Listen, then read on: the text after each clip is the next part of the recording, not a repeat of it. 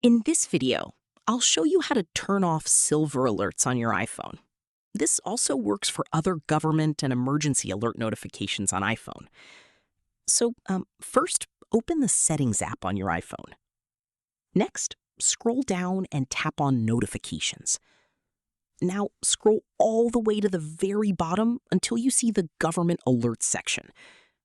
Here, you may see options like Amber Alerts, Emergency Alerts, Public Safety Alerts, but all these steps do not show in my device. Tell you all the steps one by one clearly. Silver alerts are usually grouped under these government or emergency alert categories, depending on your country, carrier, or region. To stop receiving them, simply turn off the alert category connected to silver alerts on your device.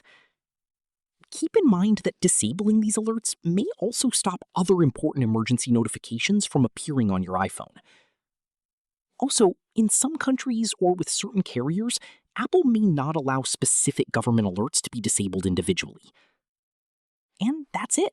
This is how you manage or turn off silver alerts on iPhone.